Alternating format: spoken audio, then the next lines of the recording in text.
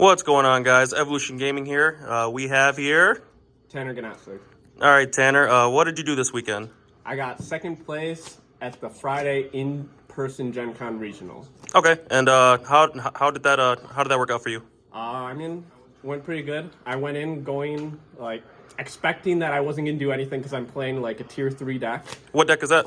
Playing Beelzemon. Oh, okay. Not Beelstarmon, okay. No, yeah, Beelzemon. Beelzemon. Okay. Lots of people thought I was playing Beelstar because that's like an actual real deck. Okay, all right, and you went second place, you said? Second place went X1. Okay. All right, so well, without further ado, let's go ahead and fan this out. Okay, so for the level 3s, I just played 4 Ipmon. Okay. This is the main starter. This is the one that you want to see turn 1. It mills 3. It just lets you get all your effects. Okay. Then I play 4 of when it's milled, mill 3 more. This is the best mill target for the level 3s. You just have to max out on all your mill targets, really. And then I play 2 of this Ipmon. This is just the ditch 1, add 1. You use it just to get access to your warp Beelzemon. Okay. Very small rookie lineup. Yep. So I'll get into that later. For level 4s, I play 1 Doberman. Originally, I wasn't going to be playing this, but I couldn't find a 4th blast mode for the tournament. Every single time I saw this, I wished it was a blast mode. It didn't really do anything. I actually only drew it once, like the whole tournament. How much play have you seen with that at all? I tested it before when the deck first came out, and I found that it wasn't like too amazing because sure, you could add back your tamer, but then you still have to commit to playing a tamer the next turn. You usually can't play the tamer and some other stuff during the turn, so you're like committing a whole turn to playing a tamer, and then you're just really far behind. You have to like really just aggro stuff out. This is a very deck where you need to play on tempo, otherwise you lose. Oh, gotcha. So there should have been a blast mode, just couldn't find one.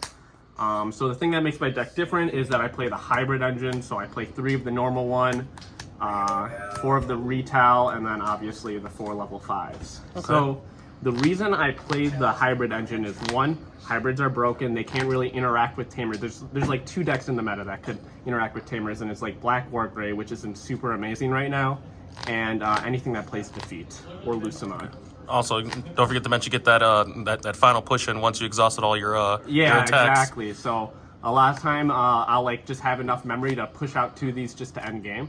So a really important thing with this deck is that you kind of want to push for 2 damage before that you make the blast mode play, because blast mode is normally swinging for 3 security. So if you put him down to 3 security, you could hit him with blast mode with your memory tamer, putting you to 3, and then you could pop off a memory boost just enough for you to hybrid for game.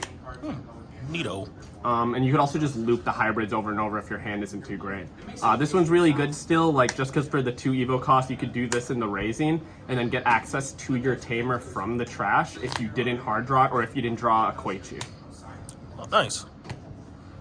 And then that's all I play for the level 5s. For the level 6s, I play 3 of the warp Beels. This one's kind of got the man-spreading Beels. Yeah. This is the most important Beels because this is like the main way that you're gonna go into blast mode, because you don't normally go into a level 5 and into a level 6 because you only play the hybrid engine. So often you're just gonna use this to get to your final push. And then play 4 of this Beels. This Beels is the best mill target in the deck other than this one, obviously, just because this one lets you mill 3, which just maybe gets you there. But this is the best one in the deck because this one gives you access to your mill 3 Ipmon, gives you access to this Ipmon, and also gives you access to the pay 1 ditch 1 just to add this one. Oh, nice. And play 3 blast modes, like I said. I should be playing 4, just didn't have a 4th. The reason I want to play 4 is, yes, I know it's bricky, you don't want to draw them, but you also just want to have the most effects that you could activate when you mill throughout your deck. Because sometimes you just need to get really lucky. I mean, you're playing an RNG deck, this deck's kind of bad for that very reason, but you need to play the most amount just so that you can guarantee that you get those effects when you do the mills, because that is the only way that you really win with this deck, if you get free effects when you swing with your Ipmons and your other mill targets. How often are you seeing those milled off during gameplay? Actually, during the tournament, I didn't really see it too often, but I did see this one a lot, and this is, like I said, the best one. It's the one that lets you pressure in the early game, get more attacks on board, get them to the 3 so that you can swing for game with this one. Okay, nice. It's also like not bad to like when you hit this one, like during your previous turn, just to bring back this Impmon so that they think they can remove it. And if it does die and you just hit this one again, it'll just pseudo bring itself back, kind of like the Commandramons. So they just don't expect it to live, and then you'll have that one swing for turn, and then you'll just kill them essentially with it. Then you don't even need the hybrid. Nice, gotcha. Then it looks like we're going into the options. Yep, for the options, I play 3 Calling from Darkness. This card is honestly super busted. It's okay in most purple decks, but specifically in Beelzemon, it's busted. It's actually insane because it fixes all your bad hands and it lets you just grab your hybrid engine so that you can turn the Koichis that you have into the Iron Makos. Because it lets you add 2, you don't have to have anything on board to activate it. And even then, if you just swing with this and it doesn't die, which it happens every once in a while, you swing into a tamer, an option. You can pop it off, get your mill 3, and then you'll pop it off, grab, and then you'll mill 3, and then you'll get some more effects after, just so that you could guarantee that this dies. Okay. Or if you could guarantee that this dies also. It's really important that you don't leave this on board because there are decks in the meta that de-digivolve, and if they de-digivolve this, you just got a level 4 on board that doesn't really do anything, and you just lost access to your tamers. So get that destroyed as quick as possible. Also, de-digivolve is really good against this deck because if you warp, they de-digivolve this, then they kill your Impmon for free. That sucks too, but this card's really good just because it fixes bad hands. If you get even the smallest amount of mills, you could usually add back a rookie just so that you could constantly push out from your raising area, like I said, which is super important because you just want to get him to 3 security at least. Okay, neat. I would not play less of this. Then play 4 memory boost. Like I said before, it's super important just because it gives you the 2 memory so that you can make hybrid pushes. Gives you 2 memory so that you could not pass turn by evolving into Beels. So if you have the memory tamer, you'll be at 3. You could pump this off to go to 5. You could warp, evolve over one of your Impmons, be at 1. That way when you swing, you could still blast mode to pass turn and pop something off and then wipe their security for at least a decent chunk. Okay. But also it's just a good opener just to mill 2, draw 1 card, it replaces itself. Gets the mills going, makes your Calling from Darkness actually do something. We're talking pluses. Yep. And then play 3 Deathslinger. So the main reason I played this is because 1, jamming's really good, so if you play against Imperial, it's kind of rough. You have no ways of like killing it, because like you play a lot of level 6s and 7s, so normally it's fine against most decks that swing a lot, like Garurumon, but against Imperial specifically, the jamming really screws you over. This deck, in general, just doesn't have a lot of defense as far as like the security goes, so I just wanted to put something in there just to like make my security a little bit scarier, because I don't play Jack Straight to like pass turnover. This is the only thing that I play. The other things are just like this, which will just go to the battle area and then Calling from Darkness. It's also just a good mill target. Gains 1 memory. Sometimes it's relevant, sometimes it doesn't matter because they have a memory tamer, and they'll get the 3 anyways. Okay. And then finally the tamers, just obvious things. Play 4 Koichis and 4 Iron Makos. So you play this just because this essentially means that you could get this if you have the hybrid engine. Okay. And this card is your win con. If you don't have this card, you don't get blast mode, and if you don't get a blast mode, you're probably not killing them. Okay. And the Ayamakos are the memory fixers? Yep, this is a memory fixer. This memory fixers are obviously super good, but sometimes you might not have this in trash yet, so you'll have this in a hybrid engine. It's also good to just like get that incremental damage. You'll just go into the retail, go into level 5, swing, it dies, you gain a memory, then you bring back the Koichi, lets you filter through your hands. This is another reason why the blast mode is okay at 4 on the deck, is this is a really easy discard outlet for the blast mode.